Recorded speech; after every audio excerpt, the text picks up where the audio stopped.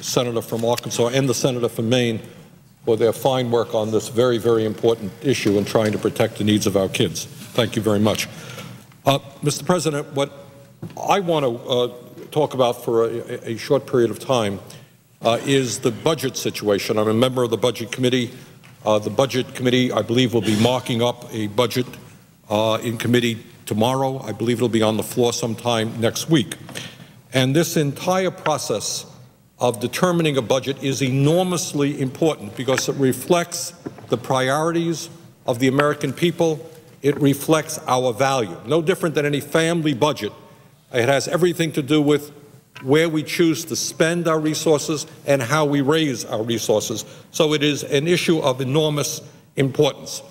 And as a member of the Budget Committee, I am going to be looking at this budget within a context of four major concerns. Number one, as I go around my state of Vermont, and in fact go around America and talk to a whole lot of people, I think the American people understand, if Congress and the White House may not, that the middle class in this country today is in the midst of a collapse. And I use that word advisedly. Despite a huge increase in worker productivity, great strides forward in technology, there are tens of millions of American workers today who are working longer hours for lower wages. Poverty in America is increasing. And I think of most concern is that moms and dads all over this country are worried that for the first time in the modern history of our country, their kids are going to have a lower standard of living than they do. So that's the first sense of reality that I look at as we prepare the budget. The second reality that I look at is that while the middle class is shrinking and poverty is increasing, the people on top have never had it so good since the 1920s. And I understand that we're not supposed to talk about those things. Not too many people talk about the fact that we have the most unequal distribution of wealth and income of any major country on earth. Rich are getting much richer, while everybody else virtually is seeing a decline in their standard of living. It's not something we're supposed to talk about. I talk about it. I think it should be talked about. And I think that is an issue that must be addressed as we look at the budget, because we are going to have to ask a question about how we raise more revenue in order to address many of the unmet needs in our country. And the third issue is just that.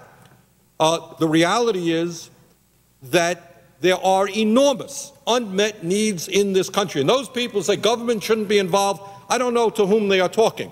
Our infrastructure is collapsing.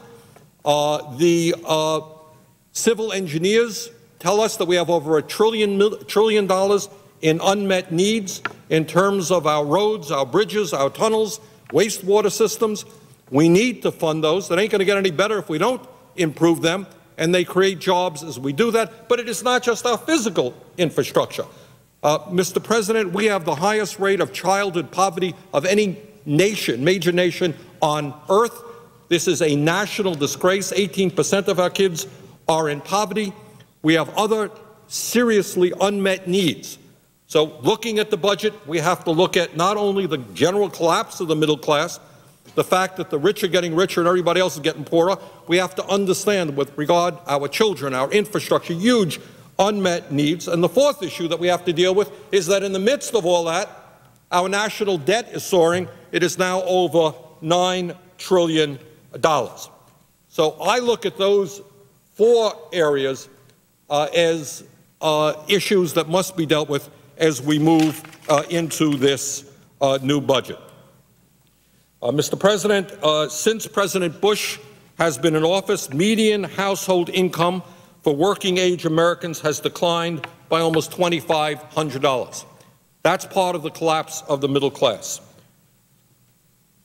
The reality is that we have lost some 3 million good-paying manufacturing jobs in Pennsylvania, in Ohio, and in the state of Vermont. We're losing good-paying jobs, in my view, because of a disastrous trade policy, which just simply encourages corporate America to throw American workers out on the street, move to China, and then bring their products back into this country. So we're losing good-paying jobs. Since President Bush has been in office, over 8.5 million Americans have lost their health insurance. We're now up to 47 million Americans without any health insurance. Meanwhile, health care premiums have increased by 78%. Mr. President, under George W. Bush's watch, for the first time since the Great Depression, the personal savings rate has fallen below zero. This simply means that because of dire economic conditions, we are actually, as a people, spending more money than we are earning. There are millions of people right now who, when they go to the grocery store, they don't buy their Wheaties and they don't buy their rice and they don't buy their milk with cash. They buy it with a credit card, and by the way, they're often charged 25, 28% for that credit card. We're looking at a foreclosure crisis, which is certainly the highest on record, turning the American dream of home ownership into an American nightmare for millions of our people. So that is number one. The middle class is collapsing, tremendous economic pressure. People go in, they fill up their cars, fill up their gas tank, pay $3.20 for a gallon of gas. ExxonMobil makes $40 billion. Last year, people can't afford home heating oil. Price of food is going up. Everywhere you turn, there is enormous pressure on working families and on the middle class. That is a reality that we must address as we look at this budget. But, as I mentioned earlier, not everybody is in that boat. And let's be honest about it. The wealthiest people in this country have not had it so good since the 1920s. Now, according to the latest figures from the IRS, the top 1% earned significantly more income in 2005 than the bottom 50%. That means the 300,000 Americans on the top earn more income than do the bottom 150 million Americans. It is the most unequal distribution of income and also in our country of wealth of any major country on earth. That is a reality that must be addressed as we look at the budget. According to Forbes magazine, the collective net worth of the wealthiest 400 Americans, 400, increased by $290 billion last year to $1.54 trillion. Incredibly, that top 1% now owns more wealth than the bottom 90%. So that's an issue that we have got to deal with.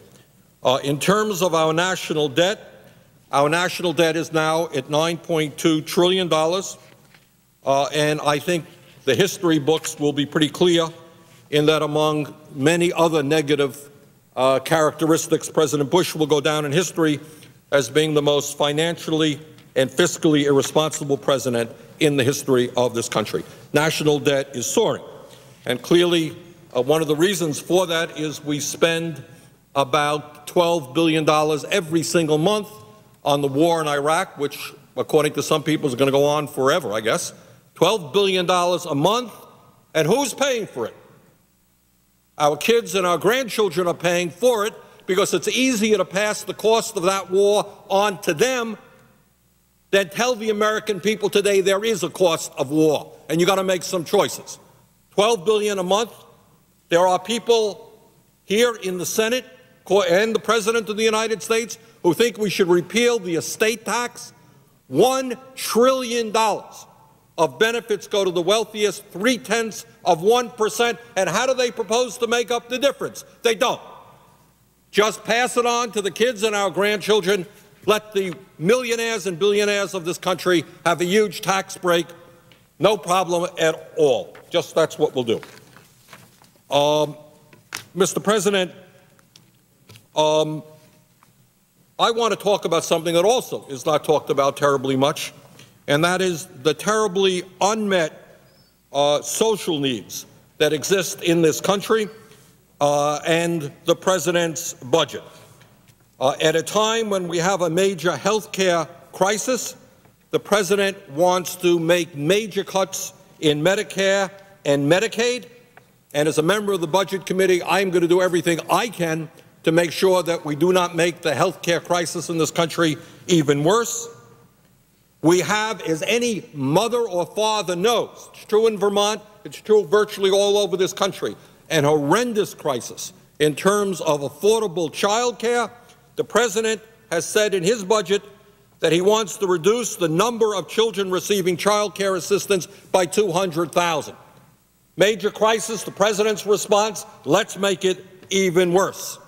Mr. President, embarrassingly, in this great country, many of our citizens are going hungry. I know in Vermont, our emergency food shelves are running out of food. This is true all over the country, and we need to address that issue. The president's response is to deny food stamps to 300,000 families and children, and so forth and so on. As the crises among working people, low-income people grow, the president's response is cut those programs so that we can give tax breaks to the very wealthiest people in this country. Mr. President, it seems to me that at a time when our country has so many serious problems, at a time when the American people know in their souls that we are moving in the wrong direction in so many areas, fundamental problems in this country, we have to have the courage to have a serious debate about moving this country in a new direction. Mr. President, there was an article in the papers recently, last week, and it brought forth a fact which many of us had known, but it's important to repeat, and that is that in the United States of America, we have the largest number of people behind bars of any country on earth. People would say, well, China is a huge country, much larger than America. China is an authoritarian communist country. Surely they have more people, and I'm not talking per capita, I'm talking collectively in total, they would have more people behind bars than we do. Wrong. We have more people behind bars. Is there a correlation between the fact that we have more people in jail than any other country and the fact that we have the highest rate of childhood poverty of any major country on earth? I think there is a direct correlation. I think you pay now or you pay later. Either you get kids the opportunity for decent child care, decent nutrition, decent education, you keep an eye on those kids so in the 4th grade they don't mentally drop out, and in the 10th grade they don't really drop out of school getting involved in destructive activity. You either do that, and it costs money to do that, or you ignore that reality, and then when these kids go to jail and they commit crimes, we spend $50,000 a year keeping them behind bars. That's the choice we have to make. And if people want to ignore the crisis of the reality that we have the highest rate of childhood poverty, that we are underfunding Head Start, underfunding child care, you can ignore it, but you're going to have to pay the price at the other end by locking up a heck of a lot of people in jail. Mr. President, I'm going to yield the floor in a second, but what I do want to mention to my colleagues is I will be bringing amendments during the budget process to the floor, and these amendments are very simple. And what they say is that at a time when the wealthiest people in this country have never had it so good, at a time when President Bush has given these very same people huge tax breaks, that the time is now that we rescind the tax breaks that go to millionaires and billionaires. We use some of that money to reduce our national debt. We use others of those sums to start protecting the middle class, working families, and the kids of this country. A budget is about priorities. A budget is about choices, and I intend to provide some choices to the members of the Senate, and I hope that they will support me and those amendments in moving this country in a fundamentally different direction. Mr. President, I thank you, and I yield the floor.